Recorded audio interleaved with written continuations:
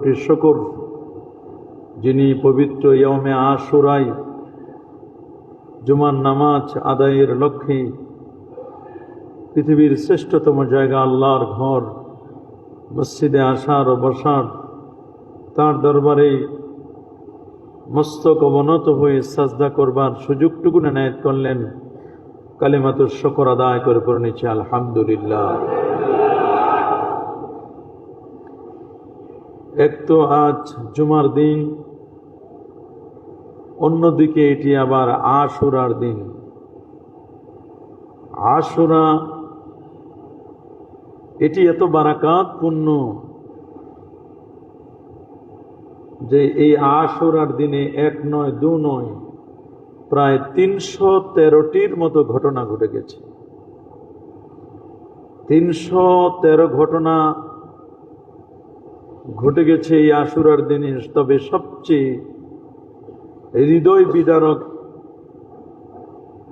হৃদয়ে রক্তক্ষরণ হওয়ার মতো যে ঘটনাটি, আল্লাহর হাবিবের দৌহিত্র ইমামে হুসাইন রাদিয়াল্লাহু তাআলা আনহু ৬১ হিজরিতে কারবালার ময়দানে এজিদ বাহিনীর হাতে নির্মমভাবে শাহাদাত বরণ করেন।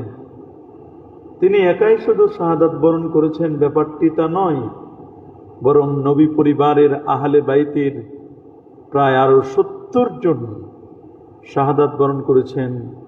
ছোট্ট শিশু আলী আসগর, তার জীবন বিপন্ন হয়েছে শুধু এক ফোঁটা পানির জন্য, যার নানার হাতে হাউজে কাউসারের পানি। কিয়ামতের ময়দানে মানুষ যখন নফসি নফসি করবে, পানির জন্য হাহাকার, তখন তার নানা পানি দিয়ে তাদেরকে সাহায্য করবেন, হাউজে কাউসারের পানি পিলাবেন। আর তার নাতি পানি পাচ্ছে না। এজিদ বাহিনী পানি দিয়ে কষ্ট দিয়েছে, বহুভাবে কষ্ট দিয়েছে। সেই এজিদের প্রশংসায় একদল ইমাম খতিব মসজিদের মিম্বারে দাঁড়ায় প্রশংসা করবে। এজিদের কোনো দোষ ছিল না। দোষ যদি থেকে থাকে তাহলে ইমাম হুসাইনের দোষ ছিল। ব্রেন কিভাবে ওয়াশ করে, কিভাবে মগজ পচে গেলে এই কথা বলতে পারে, এজিদের কোনো দোষ দেখে না তারা। অনেক নামধারী পোশাকি আলেম তারা এজিদকে মুজাদ্দিদে জামান রহমতুল্লাহ আলাই, বিখ্যাত তাবি, ৫০০ রাকাত তাহাজ্জুদ পড়তেন, তারপরে আরো কত কত সিফাত দিয়ে এজিদের আলোচনায় পঞ্চমুখ, এজিদের প্রশংসায় পঞ্চমুখ, দোষ ত্রুটি ধরে ইমাম হুসাইন রাদিয়াল্লাহু তাআলা আনহু। নাউজুবিল্লাহ। কোন মুসলিম, কোন ইমানদার আল্লাহওয়ালা মানুষ এজিদকে কখনো ভালোবাসতে পারে না। পারে নাকি? এজিদ যে অপকর্ম করেছে, সেই অপকর্মগুলোর যদি লিস্ট আমরা করি, তাতে এজিদ মদ্যপায়ী ছিল, কুকুর নিয়ে খেলা করত, বিভিন্ন হিংস্র প্রাণীর সাথে তার বসবাস ছিল।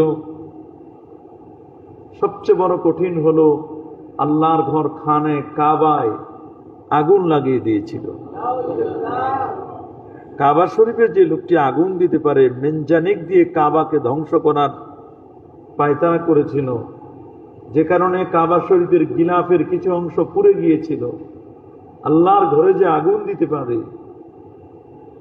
সেই হাররার যুদ্ধে মদিনা শরীফে আগুন লাগিয়ে মদিনা শরীফের মিম্বার, যে মিম্বারে খুতবা দিতেন রাসূলুল্লাহ সাল্লাল্লাহু আলাইহি ওয়াসাল্লাম, সেই মিম্বারের প্রায় অংশ পুড়ে ফেলেছে। ঘোড়া চালিয়ে রক্তে রক্তাক্ত করেছিল মদিনা মুনাওয়ারা। তারপরে কারবালার ময়দানে প্রত্যক্ষ এবং পরোক্ষভাবে ইমাম হুসাইন রাদিয়াল্লাহু তাআলাকে শহীদ করেছে। তাকে ভালো বলার কি দিক আছে আমার বুঝে আসে না।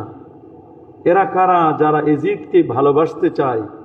তোমাদের যদি এত এজিদ প্রেম থাকে, এজিদ প্রীতি থাকে, নিজেদের নামে এজিদ না পাল্টায়া এজিদ রাখো, তোমাদের সন্তানদের নাম এজিদ রাখো, তা তো তোমরা রাখো না। তাহলে এজিদকে কেন ভালো বলো? এজিদ অভিশপ্ত।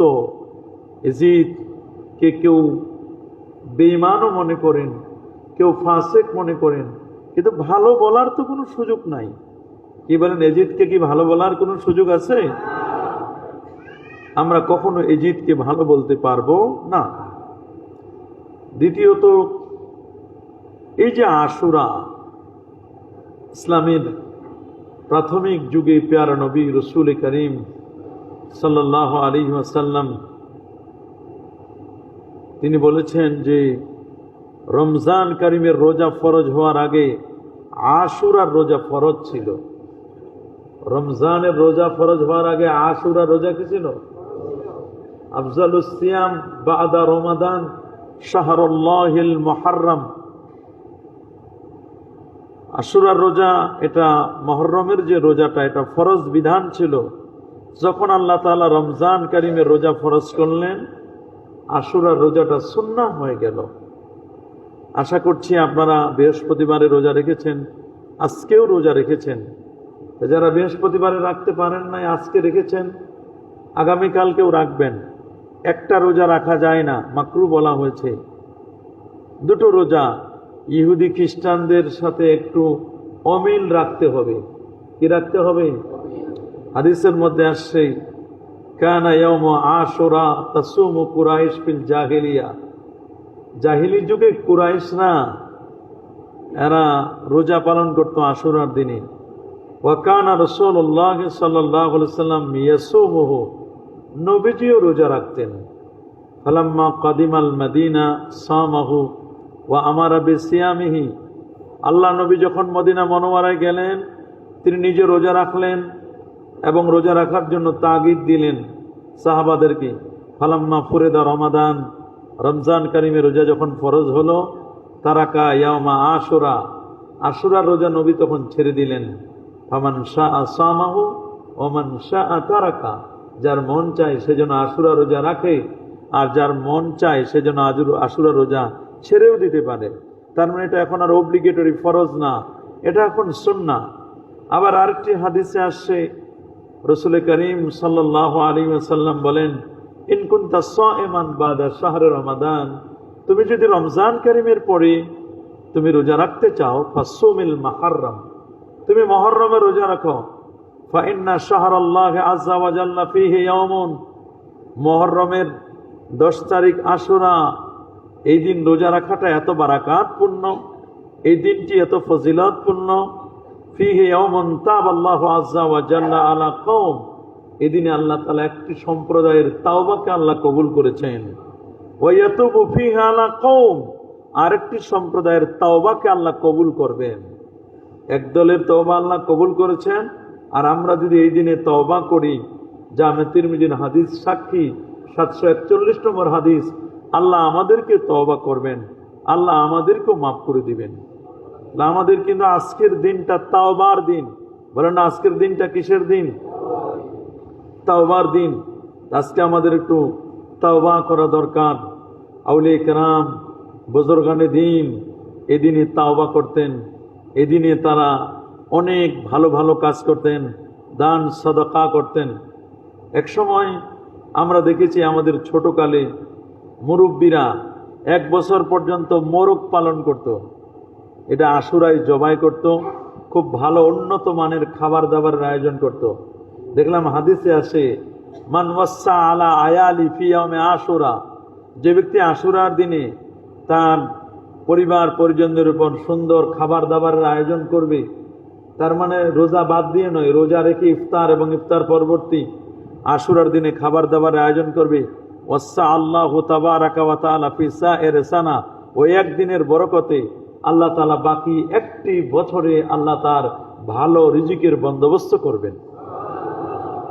এটা কিন্তু এখন আস্তে আস্তে বিদায়ের পথে, এগুলো বিদায়ের পথে। এই যে হাদিসের আমল আর এখন আমাদের নাই। আমরা ছোটকালে দেখছি আশুরার দিনে বড় মোরগ জবাই করতো, পোলাও রান্না হতো, ভালো ভালো কিছু খাবার দাবার আয়োজন করা হতো।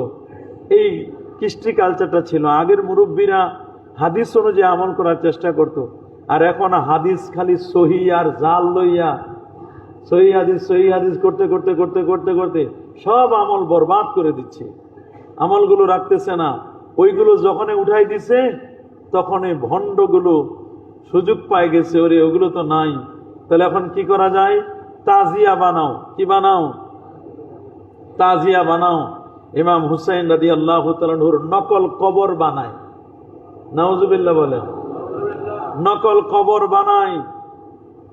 এই যে ফিসকি ফুজুরি কাজ, এটা ইমাম হুসাইন রাদিয়াল্লাহু তাআলা আনহু যদি দেখতেন যে এইরকম নকল কবর বানায়া আমার পূজা করতেছি, এদেরকে ঝাড়ু পেটা করতেন। কি করতেন? এখন আলেম ওলামা আছে যারা এরকম নকল কবর বানায়, তাজিয়া মিছিল করে ইমাম হুসাইন রাদিয়াল্লাহু তাআলার নাম বিক্রি করে খায়। নিজের শরীরের রক্ত ব্লেড দিয়ে কেটে কেটে রক্ত প্রবাহিত করে হাই হুসাইন, হাই আলী, ইয়া আলী, ইয়া আলী, ইয়া আলী চিল্লায়। দেখেন না, ইয়া আলী, ইয়া আলী, ইয়া আলী, আলী আলী করে চিল্লায়। আলী রাদিয়াল্লাহু তাআলা বলেন, এই চিল্লানোর তো কোনো অর্থ নয়। হযরত আলী রাদিয়াল্লাহু তাআলা আনহু তিনি যেই নামাজ, তার ইবাদত, বন্দেগী, মুআমালাত, মুআশারাত, তিনি যে কাজটি করেছেন, ওই কাজ, ওই চরিত্র, ওই ক্যারেক্টারিস্টিক না আমাদের থাকা দরকার। ইয়া আলী, ইয়া আলী বলে যতক্ষণ ডাকবা, তার চেয়ে তুমি ডাকবা ইয়া আল্লাহ, ইয়া রাসূলুল্লাহ, আল্লাহকে ডাকো। সাহাবায়ে কেরামের তাজকিরা হবে, স্মরণিকা হবে, তারা কি আমল করেছেন, তাদের কি বৈশিষ্ট্য ছিল। আমরা এগুলো করি না। মুরসিয়া শোকগাথা পাঠ করা, এর জন্য মজলিস করা, অংশগ্রহণ করা, এক্ষেত্রে মুরসিয়া শোক। ইসলামের শোক হলো 3 দিন, এরপর আর কোনো শোক নাই। শোককে শক্তিতে রূপান্তরিত করতে হবে। তাহলে এই যে দেহ থেকে রক্ত বের করছেন, এগুলোর সাথে ইসলামের কোনো সম্পর্ক। মাতম করে, বিলাপ করে, ছুরি মেরে নিজের বুক এবং পিঠ থেকে রক্ত বের করে, এগুলোকে তারা মনে করে সুন্নিয়াত। এরা মনে করে এগুলো মনে হয় সুন্নিয়াত। আবার নিজেদেরকে জানান দেয় আমরা শিয়া। এরা কি? শিয়া। শিয়া। কারবালার শহীদগণ পিপাসার্থ অবস্থায় শাহাদাত বরণ করেছেন, এই জন্য তারা এই দিনে পানি পান করায়। কয় এজিদ বাহিনী পানি দেয় নাই, আমরাও যদি পানি না দিই তাহলে তো আমরা এজিদের মতো হয়ে গেলাম। এই জন্য মানুষগুলোকে পানি দিয়ে রোজা ইফতার করায়। দেখছেন কত ভণ্ড হলে, কত মানুষের মগজগুলো ধোলাই করলে, কত রকমের গণ্ডমূর্খ হলে এই ধরনের কাজগুলো করতে পারে। আল্লাহ নবী যেখানে রোজা রেখেছেন 9 তারিখ, 10 তারিখ, না পারলে 10, 11, সেখানে এরা মানুষদেরকে পানি পান করায় রোজাগুলো ভাঙাচ্ছে, সুন্নতের খেলাফ করছে। মার চেয়ে মাসির দরদ বেশি। দেখেন না, মার চেয়ে কার দরদ বেশি? মাসির দরদ বেশি। আমার দেশে যারা জীবনে মাজারে যায় না, মাজার জিয়ারত করে না, আমার দেশে মাজারকে শিরকের আস্তানা বলে, মাজারকে বেদাতের আস্তানা বলে। এরা দেখলাম সিলেটের শাহজালাল ইয়ামানি আল মুজাদ্দিদির মাজার দখল করে নিয়ে ওইখানে মাদ্রাসা বানাইবে, মাজারের সিস্টেম চালু করবে। যারা জীবনে মাজার জিয়ারত করাকে পছন্দ করে না, তারা নিবে মাজারের দায়িত্ব। উদ্দেশ্য এটা নয়, উদ্দেশ্য হলো মাজার জিয়ারতটা বন্ধ করা। তবে ওলি আল্লাহদের সাথে যারা দুশ্মনী করে, মানে আদা লিল্লাহি ওয়ালিয়ান ফাকাদ আযানতুহু বিল হারব, যারা আল্লাহর ওলিদের সাথে দুশ্মনী করে, আল্লাহ বলেন আমি তাদের বিরুদ্ধে যুদ্ধ ঘোষণা করি। ওলি আল্লাহদের সাথে দুশ্মনী করে পার পায় না, এরকম বড় ডিসি, আরো বড় নেতা কুর্দি অঞ্চলের, সে আল্লাহর ওলির মাজারে গিয়ে মনে করছে দূর কি মানুষ আসে এখানে, এখানে আসলে কি পাওয়া যায়, এখানে মানুষ কেন আসে। আল্লাহর ওলি তো মস্ত বড় ওলি ছিলেন, উনি কবর থেকে পাটা বের করে একটা শট মারছিল, একটা শট মারছে ওই লোকটারে, ওইখানে স্পট ডেট।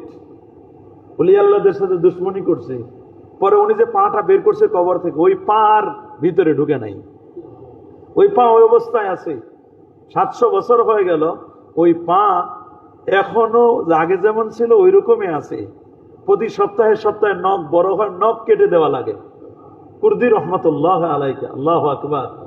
এই জন্য ওলিয়া উলিয়াদের সাথে দুশ্মনী না। হ্যাঁ, মাজারে যদি কোনো অপসংস্কৃতি হয়, শরিয়া বিরোধী কোনো কর্মকাণ্ড হয়, সেগুলো তুমি সংস্কার করো। সংস্কারের নামে তুমি মাজার জিয়ারত বন্ধ করবা। মাজারে টাকা দেওয়া হারাম, কিন্তু মাজারের টাকা খাওয়া হারাম, দেওয়া হারাম। বলেন না, মাজারে টাকা দেওয়া কি ফতোয়া দেয়? মাজারের টাকা দেওয়া যাবে না। ওই টাকা নিয়ে আবার মাদ্রাসা চালানো, খাওয়াটা, এটা আরাম লাগে। মনে রাখবা, যেখানে যত আরাম ওইখানে তত বেরাম। আর ওইটা হারাম। হারামে তো আরাম নাই, আছে বেরাম। হারামে কি আরাম আছে? আছে বেরাম। বুঝে না তো। আবার অনেক মাজারের মুতাওয়াল্লি যারা, তাদের চেহারা সুরত দেখলে মনে হয় বোতল খাইছে। কথা বলেন না, মনে হয় বড় বড় বোতল খেয়ে আসছে। এরকম বোতলওয়ালা মাজার মুতাওয়াল্লি কেন বানাবেন? একজন হক্কানি আলেমকে মাজারের মুতাওয়াল্লি বানান। মাজারের মুতাওয়াল্লি বানাবেন একজন আলেমকে, যে আলেম এই অর্থ, মাজারের কোনো টাকা দরকার নাই, মাজারে কোনো মোমবাতিও লাগে না।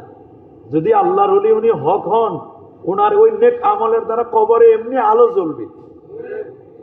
আপনি বাহিরে 500 পাওয়ারের লাইট দিলেও ভিতরে এত আর লাইট যাচ্ছে না।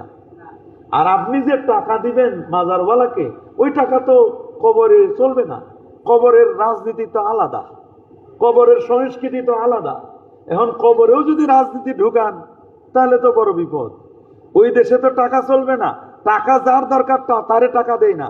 টাকা দরকার ফকির, মিসকিন, অনাথ, দুস্থ, মেয়ে বিয়ে দিতে পারছে না, একটা মানুষের চিকিৎসার অভাবে মারা যাচ্ছে, একটা মানুষ চিকিৎসার অভাবে জীবন বিপন্ন, এদেরকে একটু সহযোগিতা করা, শীতার্থ মানুষদেরকে একটু কম্বল দেওয়া।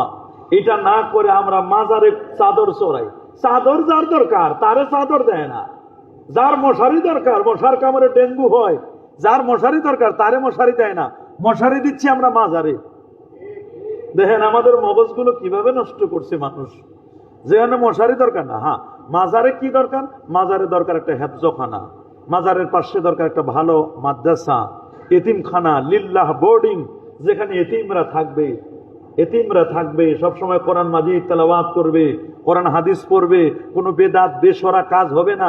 দরকার হলো এইটা না করে মাজার বিরোধী আপনি কাজ করবেন, তা আল্লাহর মেহেরবানি শুনছি ওইটা বেশি দিন স্থায়ী থাকে না। যারা মাজারের বিরোধিতা করে, আল্লাহ ভালো জানে, ভালো মানুষের মনের খবর তো জানি না। উনি যদি নেক নিয়তে করে থাকেন, তাহলে আল্লাহ তার নেক নিয়তকে কবুল করুন। আর যদি খারাপ নিয়তে করে থাকেন, তাহলে তার জন্য যেটা ফায়সালা ওইটাই যেন আল্লাহ করে। তো অলরেডি ফায়সালা তো দেখে ফেললাম, আল্লাহর মায়ের জগতের বাইরে। এটা মনে রাখবেন, ওলি আল্লাহদের সাথে টাক্কা দেওয়া যায় না, সাবধান। তাজিয়ার সাথে ঢাক ঢোল বাদ্যযন্ত্র বাজায়, দেন না তাজিয়ার সাথে। এবছর কি হয়েছে নাকি?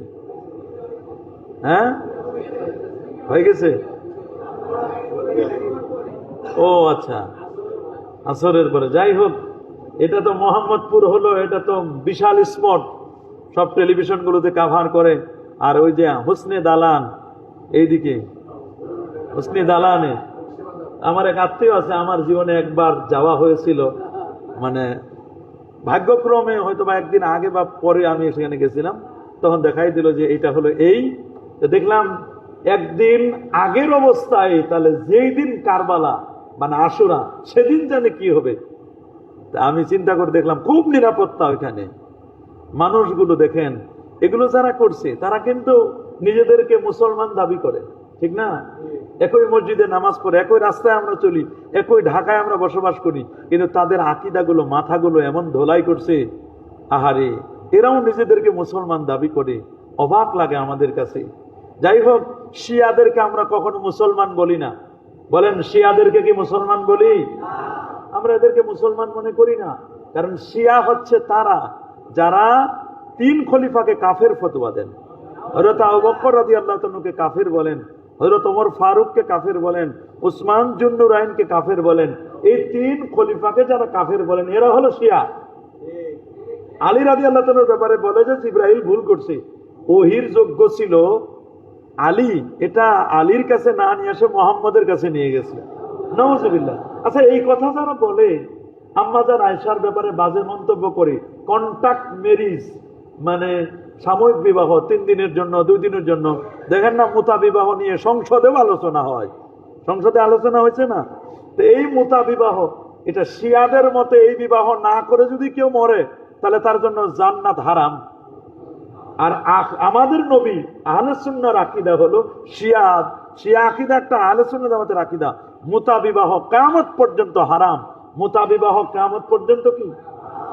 তাহলে ওদের সাথে আমাদের পার্থক্যগুলো আপনাদের বোঝা দরকার। আমরা কিন্তু শিয়া না, আমরা খারেজি না, আমরা নাসিবি না।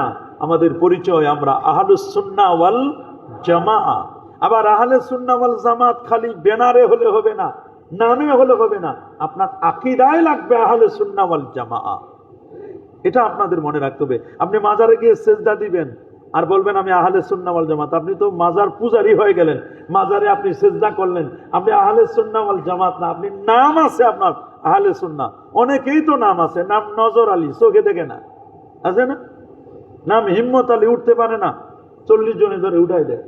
মনে রাখবেন, জাহিলিয়াতের কৃষ্টি কালচার এখন আমাদের সমাজ পেয়ে বসতেছে, জেকে বসতেছে। জাহিলি যুগের বলেন না, জাহিলি যুগে প্রায় 500 বছরের যে সময়টিতে, সেই সময় কি ছিল? আল্লাহর নবী কোন সময়টাতে পৃথিবীতে এসেছিলেন? যখন জঙ্গলের আইন চলতো, মাইট ইস রাইট, জোর জার মুল্লুক তার, এগুলো ছিল জাহিলি যুগের অবস্থা। মানুষের মানবতা বলতে কিছুই ছিল না। মানুষদেরকে ক্যাটস এন্ড ক্যাটলস মানে গরু ছাগলের মতো, পালের মতো এদেরকে বাজারে উঠানো হতো। এদেরকে গরু ছাগলের পালের মতো বাজারে উঠায় মানুষকে বিক্রি করা হতো। এবং মালিকরা এসে টিপে দেখতো ওর শরীর আছে কিনা, মোটা তাজা কিনা, আমার খেদমত করতে পারবে কিনা, তাকে যে আমি কিনতেছি কাজে লাগবে কিনা। মানুষ বিক্রি হতো যেই যুগে। ঐতিহাসিক বালাজুরি বলেছেন, কন্যা সন্তান জন্ম হলে ওয়াইজাল মাউউদাতু সুইলাত বিআইয়ি দামবিন কুতিলাত, কন্যা সন্তান জন্ম হলে নিজের বাবা নিজে কন্যা সন্তানকে কবরে মানে জীবন্ত কবর দিয়ে আসতো। নাউজুবিল্লাহ। তাদের অবস্থাটা ছিল এমন। ধনী নিধনের মধ্যে এত পার্থক্য ছিল, বড় কঠিন অবস্থা। মানুষগুলোর মধ্যে জেনা, ব্যভিচার, তাদের মধ্যে এমন অবস্থা ছিল যে তাদের শিক্ষিত হার ছিল একেবারে খুব কম, লিটারেসি, তাদের শিক্ষিতের অবস্থা ছিল। সেই জাহিলি যুগে মাত্র 17 জন মানুষ ছিল শিক্ষিত, লিখতে পড়তে জানতো, মাত্র 17 জন মানুষ লিখতে পড়তে যেত। তাদের তো 3Wর খেলা চলছিল, ওয়ার, উইমেন, এবং সেখানে ওয়াইন, মদ চলতো, মদ, বিভিন্ন ব্র্যান্ডের মদ পান করতো তারা। ওই উইমেন, নারী নিয়ে, নারীবাদী নিয়ে খেলা চলতো, নারীর খেলা চলতো। সেখানে ওয়ার, যুদ্ধ চলতো, গোত্রে গোত্রে যুদ্ধ, তারপরে সমাজে সমাজে যুদ্ধ, ভাইয়ে ভাইয়ে যুদ্ধ হতো, ডামি যুদ্ধ হতো। যুদ্ধ ছাড়া ওদের ভালো লাগতো না, প্রতিটা মুহূর্তে যুদ্ধের মধ্যে কাটাতো তারা। তাদের সামাজিক স্ট্যাটাস বলতে কিছু ছিল না, অর্থনীতির স্বাবলম্বী ছিল না তারা, অর্থনীতি খুব ভালো ছিল না, সুদ ঘুষ এগুলো তাদের অহরহ চলতো। ঠিক ওই পরিবেশে আল্লাহ তাআলা তার হাবিবকে পাঠালেন। নবীজি যখন আসলেন, এই মানুষদেরকে দ্বীনের দাওয়াত দিলেন। আল্লাহ নবীর কাছে এমন কোন চুম্বক, এমন কোন ম্যাগনেটিক পাওয়ার ছিল, যে ম্যাগনেটিক পাওয়ারের দ্বারা একেবারে অন্ধকারে নিমজ্জিত মানুষগুলোকে আলোকিত মানুষ করলেন। এই মানুষগুলো তাদের সহায় সম্পদগুলো নবীর কাছে যে ট্রাস্টি বোর্ডের মতো, নবী মনে হয় আমানতের জায়গা, ব্যাংকের আমানত মনে হয় নবী, নবীর কাছে এসে সবাই তার আমানতগুলো জমা দিল। সুবহানাল্লাহ, আল্লাহু আকবার। সবাই আমানতগুলো নবীর কাছে জমা রাখলো। সমাজে যদি কেউ প্রশ্ন করতো, আচ্ছা বলো তো আমাদের মক্কার এই সমাজের সবচেয়ে সত্যবাদী ভালো মানুষটাকে, এক বাক্যে সবাই বলতো তিনি মুহাম্মদ সাল্লাল্লাহু আলাইহি সাল্লাম। তিনি তখন নবী ঘোষণা হয় নাই, উনি এখনো 40-এর নবুয়তের ঘোষণা হয় নাই। উনি তো জন্মের আগেও নবী, কিন্তু নবুয়তের ঘোষণা এখনো আসে নাই। উনি স্বাভাবিকভাবে ওই সময় নবুয়তের ঘোষণাটা, ফাইনালি ঘোষণাটা এখনো আসেন নাই। 40-এ তিনি নবী হবেন, নবীর ঘোষণা আসবে। এই যে সময়টাতে সবাই বলতো নবী, নবী সেরা, তার মতো ভালো মানুষ আর কেউ নাই। যে কারণে আজকের পৃথিবীতে 450 কোটি মুসলমান তার ফলোয়ার্স। সুবহানাল্লাহ বলেন। বলেন আপনি একজন বড় নেতার কথা বলেন যার এত মানুষ ফলোয়ার্স আছে। যে জাহিলি যুগের মানুষদেরকে উনি আস্তে আস্তে দিনের দাওয়াত দিয়ে দিয়ে দিয়ে দিয়ে দিয়ে দিয়ে দিয়ে দিয়ে 1.25 লক্ষ সাহাবী রেখে গেছেন ইন্তেকালের সময়। 1.25 লক্ষ থেকে এখন বাড়তে বাড়তে বাড়তে 450 কোটি তার ফলোয়ার্স। আল্লাহু আকবার। 450 কোটি ফলোয়ার্স তার এখন। ইউরোপ কান্ট্রিতে যেভাবে মুসলমান হচ্ছে, 2050 সালে ইউরোপের সবচেয়ে শ্রেষ্ঠ সংখ্যাগরিষ্ঠ যে জাতিটি হবে, সেই জাতিটির নাম হচ্ছে মুসলমান। আল্লাহু আকবার।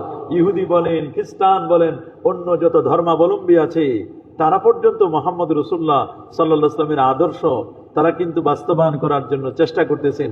তারা কিন্তু দেখতেছে মোহাম্মদের আদর্শ ছাড়া কোনো বিকল্প না। কিন্তু আজকে বর্তমান ইন দি মেইন টাইম আমরা দেখতে পাচ্ছি, এই সময়টিতে আমরা দেখতে পাচ্ছি মুসলমান নির্যাতিত, নিপীড়িত, নিষ্পেষিত, মুসলমান মার খাচ্ছে। কেন কেন কেন কেন যদি প্রশ্ন করি, কেন মার খাচ্ছে? মার খাচ্ছে তো এই কারণে, যেই চরিত্রগুলো মুসলমানের থাকা দরকার, এই চরিত্রগুলো আমরা আমাদের চরিত্রে নাই। আমরা কি আমাদের চরিত্রে আছি? আমাদের চরিত্রে নাই। ইসরায়েলের যে চরিত্র, ওই চরিত্র আমরা নিছি, বলেন না? আমরা ইসরায়েলি মুসলমান, মানে মুসলমান ঠিক হয়, কিন্তু ইসরায়েলের বনি ইসরায়েল যারা, তাদের যে চরিত্র ছিল, বনি ইসরায়েল নবীদেরকে হত্যা করত, আলেমদেরকে খারাপ জানতো, মিথ্যা বলতো, তারপরে তাদের মধ্যে ন্যায় পরায়ণতা ছিল না। কথা বলে না, ন্যায় পরায়ণতা, ইনসাফ ছিল না। ইনসাফ থাকবে কেমনে? আপনি তো ইনসাফ কায়েম করতে পারেন না। কি বলেন, আমরা কি ইনসাফ কায়েম করতে পারছি? নিজের ঘরের মধ্যে তো ইনসাফ কায়েম করতে পারি নাই, নিজের স্ত্রীর মধ্যে ইনসাফ কায়েম করতে পারি না, সন্তানদের মধ্যে ইনসাফ কায়েম করতে পারি না, নিজের ফ্যামিলিতে ইনসাফ কায়েম করতে পারি না, মসজিদে ইনসাফ কায়েম করতে পারি না, মাদ্রাসার আমি সুপার প্রিন্সিপাল, আমি মাদ্রাসায় ইনসাফ কায়েম করতে পারি না, ন্যায়পরায়ণতা আমার নাই, আমার দলের নেতা কর্মীর উপর আমি ইনসাফ কায়েম করতে পারি না, তো দেশের উপর কিভাবে ইনসাফ কায়েম করবো? আমি একটা দলের বড় লিডার, আমি ইসলামী দলের লিডার, তা আমি তো আমার নেতা কর্মীদের উপর ইনসাফ কায়েম করতে পারতেছি না।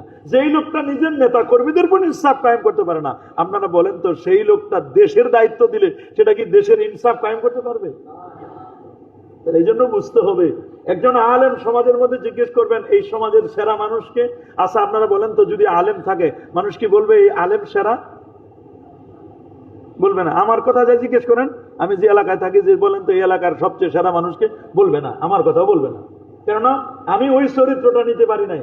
আর যদি নবীর যুগে যদি জিজ্ঞেস করা তো সেরা মানুষকে, সবাই এক বাক্যে বলতো কি? আমাদের নবী, সুবহানাল্লাহ। তা আমি নবীর উত্তরাধিকারী হিসাবে আমার এই চরিত্র থাকার কথা ছিল না? কথা বলেন না, কি বলেন? আমার এই চরিত্র থাকার কথা ছিল না? আমি মোহাম্মদপুরে যদি থাকি, তাহলে সবাইকে যদি জিজ্ঞেস করা হতো, বলেন তো মোহাম্মদপুরের সবচেয়ে ভালো মানুষটাকে, নামটা তো হওয়া দরকার ছিল খতিব সাহেবের নাম, কিন্তু খতিব সাহেবের নাম কি বলতে পারবেন? না। হুজুরের লেনদেন ঠিক নাই, হুজুর মাঝে মাঝে মিথ্যা কথা কবে, হুজুর সুদ খায়, হুজুর ঘুষ নেয়, হুজুর হালাল হারাম চেনে না, হুজুর মসজিদে নামাজ পড়তে আসে না, হুজুর মসজিদেই থাকে। শুনছি এক হুজুর মসজিদের খতিব, ওনাকে জিজ্ঞেস করছে, হুজুর আপনি 5 ওয়াক্ত নামাজে আসবেন না? উনি বলে, তো আমি তো খতিব সাহেব মানুষ, আমি কেন 5 ওয়াক্ত নামাজে আসবো? আমি না জুমার দিন আসবো। কি অবাক করার মতো! আরে ভাই, আমি তো জুমার নামাজের খতিব, ঠিক আছে, তা নামাজ পড়বেন না আপনি 5 ওয়াক্ত? বলেন না, 5 ওয়াক্ত নামাজ পড়বে না? হুজুর মসজিদের কোয়ার্টারে থাকে, অথচ হুজুর মসজিদ নামাজ পড়তে আসে না। দেখেন না কারবারটা কি আমাদের। অথচ আমরা মনে করি ইসলাম কি? আমরা মনে করি ইসলাম কায়েম হয়ে গেছে। ইসলাম কায়েম মানে আমরা মনে করি জুব্বা, আবা, কাবা, পোশাক আশাক, একটু মিষ্টি। সুন্নত বলতে আমরা বুঝি মিষ্টি খাওয়া সুন্নত, কি হাদিয়া দেওয়া সুন্নত, হাদিয়া নেওয়া সুন্নত। আমরা মনে করি সুন্নত হলো এগুলো। কিন্তু যখন নামাজ ছিল না, 40 বছরের পর্যন্ত নবীর উপর কি নামাজ আসছিল? নামাজ তো আসলো 40-এর পর। বলেন না, নামাজ আসলো কখন? নামাজ তো হলো 40-এর পর। নবীর 40 বছর পর না তিনি নবুয়ত পেলেন, নামাজ পড়লেন। এর আগে তো ইব্রাহিম ইসলামের শরীয়ত মানতেন তিনি। 40-এর পর তো তার শরীয়ত আসলো, কোরআন নাজিল হলো, ইকরা টু রিড, পড়ো পড়ো পড়ো পড়ো, পড়ার কথা। তারপর না আস্তে আস্তে করে নবীজি হিজরত করে মদিনা শরীফে গেলেন। তারপর না নামাজের বিধান এগুলো আসলো, এই বিধানগুলো আসলো মেরাজের পরে। তো এই যে নামাজ আসলো, তো নামাজের আগে 40 বছরে নবী কি করছেন? নবী এই 40টা বছর সমাজের সাথে মিলেছিলেন। সমাজে মুআমালাত, মুআশারাত, আমরা মনে করি তাহাজ্জুদ পড়ি, নামাজ পড়ি, টুপি আছে, দাড়ি আছে, জুব্বা আছে, আবা আছে, কাবা আছে, হজ করি, ওমরা করি, বাস একেবারে বড় বুজুর্গ, আমি ইসলাম মানতেছি। একেবারে আমরা ঢেকুর তুলি যে না খুব ভালো, তো আমি তো বড় বুজুর্গ, আমি তো ভালো মানুষ হয়ে গেছি। কিন্তু যদি জিজ্ঞেস করি লেনদেন কেমন আপনার, ওরে বাবা লেনদেন, জীবনে ওই হুজুর আর টাকা দিব না। কেন? বলে হুজুর যে টাকা নিল আর খবর নাই। বলেন, টাকা নেওয়ার সময় বলেন না, টাকা নেওয়ার সময় আল্লাহ যদি বাঁচায় রাখে, আগামী সোমবার যদি সূর্য পূর্ব থেকে উদিত হয়, সন্ধ্যায় যদি সূর্য পশ্চিমে অস্ত যায়, এটা যেমন সত্য, আপনার খালি 1 লাখ টাকা আমারে দেন, আমি পরিশোধ করব, ওই রকম সত্য। তো সোমবার দিন বিকালে গেছে যে টাকাটা, বলে ভাই টাকা না আনলাম না, কয়দিন হয়েছে মাত্র, এর মধ্যে আপনার ঘুম নষ্ট হয়ে গেছে, আমার টাকাটা ছাড়া কি আপনার চলে না? আল্লাহ কি আপনার কম দিছে? এবার প্রশংসা করে করে করে করে করে, হুজুর আপনি যেদিন নিলেন ওই সময় তো বললেন সবকিছু, এই এর মধ্যে হুজুর এই 2 দিন 3 পরিবর্তন। বলে ভাই ওইটা তো নেওয়ার সময় একটু বলা লাগে। দেখছেন? আবার চাইলেও রাগ করে, চাইলেও কি করে? রাগ করে। অন্যায় ভাবে কারো কাছ থেকে কোনো একটা কিছু নেওয়া, একটা অন্যায় ভাবে একটা টাকা নেওয়া, অন্যায় ভাবে কিছু তার কাছ থেকে গ্রহণ করা, যে একটা টাকা নিল সেই জন্য জাহান্নামের আগুন কিনে নিল। কথা বলেন? তা আপনি অন্যায় ভাবে নিলেন, তার কাছ থেকে টাকা নিলেন, জোর করে নিলেন, আপনি টাকা নিলেন, আপনি বলেন ঠিক আছে, একজন চাউলের ব্যবসায়ী, ভাই একটা চাউলের বস্তা পাঠাই দিও। বলে বস টাকা? বলে বেটা টাকা মানে বুঝো না? 17 বছরের মানুষ নিচে, 18 বছরের নিচে, 20 বছরের নিচে, 25 বছরের নিচে, আমার নিলে সমস্যা কি?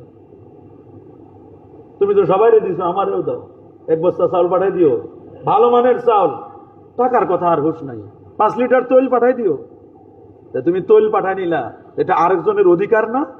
তুমি যে এই যে অন্যায় ভাবে আরেকজনের অধিকার নষ্ট করলা, এই অন্যায় ভাবে অধিকার নষ্ট করলা, কি আমরা মরবো না? কি বলেন না, মরবো না?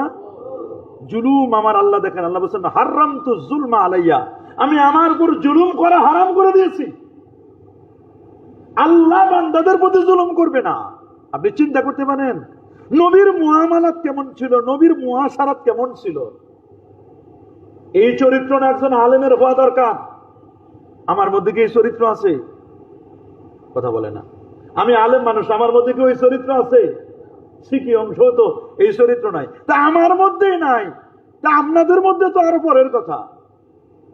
আমরা কথায় কথায় মিথ্যা বলি, বলেন না? না কি মিথ্যা বলেন না? আরো মোবাইল হওয়ার কারণে যে মিথ্যা, রে বাবা রে বাবা, একেবারে টাটকা তাজা তাজা মিথ্যা কথা কয়। কি তাজা তাজা মিথ্যা কথা, এমন টাটকা মিথ্যা কথা বাইর করে দেয়, মনে এই মাত্র ফ্রেশ মিথ্যা। আর বাংলাদেশ তো এটা যদি কোনো একটা মিথ্যা 100 বার বলে, বলতে বলতে বলতে ওটা সত্য হয়ে যাওয়ার অবস্থা হয়ে যায়। কথা বলেন? তাহলে দেখেন আমরা মিথ্যা বলি, এই স্বভাবটা কি আমাদের? কথা বলেন না? এই স্বভাবটা হলো ইসরায়েলের, ইহুদিদের। কোন ইহুদি যদি মিথ্যা কথা না বলে, ওটা ইহুদি হইতে পারবে না, অরিজিনাল ইহুদি না, ওটা ভেজাল ইহুদি। বলেন কি ইহুদি? ওটা ভেজাল ইহুদি। ইহুদি হইতে গেলে আপনার মিথ্যা লাগবে। ওই গুণটা এখন আমরা মুসলমান নিছি, তা আমাদের উপর জুলুম হবে না, নির্যাতন হবে না, নিপীড়ন হবে না? আমাদেরকে কি ইসরায়েল মারবে না? আমাদের কি আমেরিকা মারবে না? মারবে না কেন? অথচ এই মুসলমান সারা পৃথিবী শাসন করেছে। অর্ধজাহানের খলিফা হযরত ওমর রাদিয়াল্লাহু আনহু সারা পৃথিবী যে মুসলমান শাসন করেছে, সেই মুসলমান আজকে মার খাচ্ছে, সেই মুসলমান আজকে নির্যাতিত, সেই মুসলমান নিপীড়িত, সেই মুসলমান ড্রাইভিং সিটে নাই, ও পিছনের সিটে জায়গা, টিকিট কাটা ছাড়া। কথা বলেন? অথচ সেই মুসলমান ড্রাইভিং সিটে থাকার কথা, আমরা ড্রাইভিং সিট ছেড়ে দিছি ইহুদি নাসারাদের জন্য। বলেন কাদের জন্য? ইহুদি নাসাররা ড্রাইভিং সিট খুলে দিয়েছি, আমরা সিট দিয়ে দিছি। যেই মুসলমান রমজান মাস আসলে খাবার দাবারের উপর একটু দাম কমাই দিবে, যারা ইহুদি খ্রিস্টানরা করে বড়দিন উপলক্ষে কমাই দেয়, ওইটা আমাদেরটা নিচে তারা, আর তাদেরটা নিছি আমরা। কথা বলেন? আমাদের কাছে মিথ্যা আছে, আমাদের কাছে 2 নাম্বারই আছে, আমাদের মধ্যে ভেজাল আছে, আমরা মুআমালাত ঠিক মতো নাই, আমরা জুলুম করি আরেকজনের প্রতি, অন্যায় ভাবে কারো সম্পদ দখল করি। কথা বলেন? এই কাজগুলো যে আমরা করতেছি, অথচ পাগড়ি আমার ঠিক, পাগড়ি কত সুন্দর পাগড়ি, আবা কাবা জুব্বা, ওরে বাপরে বাপ, বয়ান বক্তব্য, বক্তব্যের কমতি নাই, সুন্দর আলোচনা করছি। হুজুর 1.5 ঘন্টা আলোচনা করলো পর্দার উপরে, বলে একটু হুজুরের বাসায় যাই দেখি কি অবস্থা। ওরে বাপ, হুজুরের মেয়ে কলেজে পড়ে, বরকাও নাই। কথা বলেন? জোরে বলেন? হুজুর মেহমানদারি ওয়াজ করছে 2.5 ঘন্টা, হুজুরের বাসায় টেস্টে গেছে, দেখি হুজুরের বাসায় মেহমান কেমন খাওয়ায়। হুজুর সালাম দিয়ে হাসি মুখে বিদায় দিয়ে দিল, খাওয়াইল না। অথচ মেহমান গেছে, খাওয়ানো দরকার না। আমরা মনে করি কোরআন হাদিসে যা পড়ি এগুলো সব মানুষের জন্য, নিজের জন্য না। কি বলেন, শুধু মানুষের জন্য না, নিজের আমল লাগবে? কথা বলেন না, নিজের আমল লাগবে না? আমরা সব মানুষের জন্য ডেলিভারি দিই, মানুষের জন্য আমরা সব বলি, নিজেদের আমলে আমাদের নাই। নিজেদের আমলে আমাদের কি নাই? এইটাই তো সমস্যা আমাদের। অথচ আপনি দেখেন, নামাজ ফরজ হওয়ার আগে, রোজা, হজ, যাকাত, এগুলো সব কিছুর আগে আমার নবীর মুআমালাত, নবীর মুআশারাত, নবীর অর্থনীতি দেখেন না। আম্মাজান খাদিজাতুল কুবরা রাদিয়াল্লাহু তাআলা আনহা কেমনে পাগল হলেন নবীর, সুবহানাল্লাহ। যখন ব্যবসায় গেছে, তা খাদিজার বান্ধবী ছিল মাইসারা। কি নাম বললাম? মাইসারা। তা মাইসারা বলছে যাওয়ার সময়, বলি ওরে বাপরে বাপ, যে অবস্থা। মাইসারা যখন ব্যবসা থেকে ফিরে আসলো, অনেকগুলো অঢেল সম্পদ দিল খাদিজাকে। তা মাইসারা গিয়ে খাদিজাকে বলছে, বোন শোন, তোর একটা কথা বলি। তুমি কি বলতে চাও? বলে, যে ছেলেটাকে আমরা ব্যবসায় নিয়ে গেলাম, অসাধারণ, তার চেহারা একবার তাকাইলে অন্যদিকে আর তাকাইতে মন চায় না। সুবহানাল্লাহ। বোন শোন, ওর কথা, এইরকম ভালো কথা আর কখনো শুনি নাই। তার মার্জিত ব্যবহার, মানুষের সাথে কি সুন্দর লেনদেন। হাই বোন, তোর একটা কথা বলে যাই, জীবনে যা করো, আমার মনে হয় তুমি যদি এই মোহাম্মদ ছেলেটাকে যদি প্রস্তাব দেও, পরিণয় সূত্রে যদি তোমাদের আবদ্ধ হয়, আমি মনে করি তোমার জন্য একটা বড় চান্স কিন্তু যাচ্ছে। এইরকম ভালো মানুষ আর পাবে না বোন। তোর একটা কথা বলি, তার সাথে বিয়ে বস। খাদিজা বলল, আমিও তো সেটাই দেখছি রে মাইসারা, তবে আমার বান্ধবীরা কি বলবে, আমার সাথে ওর যায় কিনা, বা আমার সম্পদ আছে, মানুষ তো বলবে ওর তো সম্পদ নাই। বলে, সম্পদ আপনারটা দিয়ে দিলেই তো হয়ে যায়, তার সম্পদ তো লাগে না, তার চেহারাই যা আছে তা আর কারো কাছে নাই। সুবহানাল্লাহ। তখন খাদিজা বলল, যা, তোর যেহেতু মন চায় তাহলে যা। আব্দুল মুত্তালিব, আবু তালিব, এরা তো তাদের বংশের বড় বড় ভালো মানুষ। যা, আবু তালেবের কাছে যা। দাদা তো মারা গেছে, মা হারা নবীজি, বাবা হারা। জন্মের আগে 2 মাস মায়ের পেটে যখন 2 মাস, এই সময় বাবাকে হারালেন। বাবার কবর জিয়ারত করতে গিয়ে মাকে হারালেন। মা হারা, বাবা হারা নবী। কিছুদিন যেতে না যেতে দাদা আব্দুল মুত্তালিবকে হারালেন। দাদা আব্দুল মুত্তালিব যাওয়ার আগে বললেন, আমার এই কলিজার টুকরা নাতিটা কার কাছে রেখে যাব? 10 সন্তানকে ডাকলেন, এক একজন দাবি করলো, কাউকে দিচ্ছেন না। শেষ পর্যন্ত বললেন, আমার আবু তালেবকে দিলে ওর একটু মায়া বেশি, আমার এই আদরের নাতি মোহাম্মদকে দেখে শুনে রাখতে পারবে। নবীকে 3টা বছর জেলখানায় রাখলো। যখন শিয়াবে আবি তালেবে আল্লাহ নবী যখন দিনের দাওয়াত দিতে লাগলেন, তখন ওরা বলল, আবু তালেবের কাছে এসে আবু জাহাল, উতবা, সাহেবা বলল, আবু তালেব, তোমার যে ভাতিজা, দেখো সে কিন্তু আমাদের বাপদাদার ধর্মের উপর কলঙ্ক লেপন করছে, তারে থামাও, না হলে ওকে আমাদের হাতে তুলে দাও। আবু তালেব চোখের পানি ছেড়ে বলল, আমার আব্বাজান তাকে আমার হাতে তুলে দিয়েছে, আমার এই কলিজার টুকরা, আমার এই ভাতিজাকে তোমাদের কাছে কেমনে দিব? পারবো না তোমাদের কাছে। তাহলে শোনো আবু তালেব, আজকে থেকে বলছি, তোমাদের সাথে আমাদের লেনদেন নাই, উঠা বসা নাই, সব বন্ধ। তোমাদেরকে আমরা এক ঘরে করে দিব। শিয়াবে আবি তালেবদেরকে বন্দী করে দিলেন, সব বন্ধ করে দিল। 1 বছর, 2 বছর, 3 বছর, যত ছাগল ভেড়া বকরি ছিল এগুলো খেলো, চামড়া পর্যন্ত খেতে শুরু করলো। পানি নাই, অভাব অনটন। 3টা বছর যাওয়ার পরে আল্লাহ নবী এবং একদিন চাচা আবু তালেবকে বললেন, চাচা, ওদেরকে বলেন তো, ওরা যে আমাদের বিরুদ্ধে আইন করেছে, আইন পাশ করেছে, যে আমাদেরকে বয়কট করে আমাদের বিরুদ্ধে কথা বলেছে, ওরা যে আইনগুলো পাশ করেছে, এই আইনগুলো তারা রেখে দিয়েছে কাবা শরীফে। ওদেরকে বলেন যে ওই কাবা শরীফে ওরা যে আইন করেছে, ওইখানে শুধু আল্লাহ শব্দ ছাড়া আর বাকি সব আইনের যত কথা লেখা আছে সব উই পোকা খেয়ে ফেলেছে। তো ওরা যে আইন পাশ করে কাবার ঘরে যে কাগজটা রাখছে, আইনের কাগজটা, নথিপত্রগুলো, তা আমি তো এটা দেখি নাই। তা আমি যদি সত্য নবী না হই, তাহলে আমি কেমনে শিয়াবে আবি তালেব থেকে বললাম যে তোমরা যাই দেখো কাবার শরীফ তালা খুলে দেখো, ওর ভিতরে আইনের যত কাগজ, শুধু আল্লাহর শব্দটা আছে, বাকি সব কথা উই পোকা খেয়ে ফেলছে। আমি এটা কেমনে বললাম? ওদেরকে বলো কাবার শরীফ খুলতে। বলেন চাচা, যদি এই কথাটা সত্য হয় তাহলে আমি সত্য নবী। ওরা ঠিকই খুলে দেখলো সত্য নবী। আল্লাহু আকবার। আল্লাহ কবুল করুন, মঞ্জুর করুন। চারা